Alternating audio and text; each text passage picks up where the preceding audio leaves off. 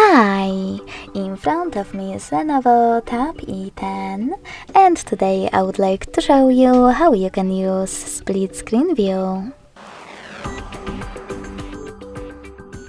Firstly, just tap on one of your apps that you wish to use in this view and access it in the background. In order to do that using tricky navigation, use this square button. Now just hold your app in the background and drag it to the right or to the left.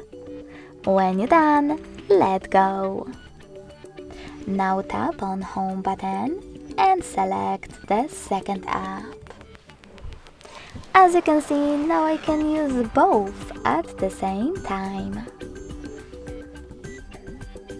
If you wish to go back from this mode, drag one of your apps all the way to the left or to the right and tap on Home button. Thanks so much for watching. If you enjoyed this video, don't forget to leave a like, comment and subscribe.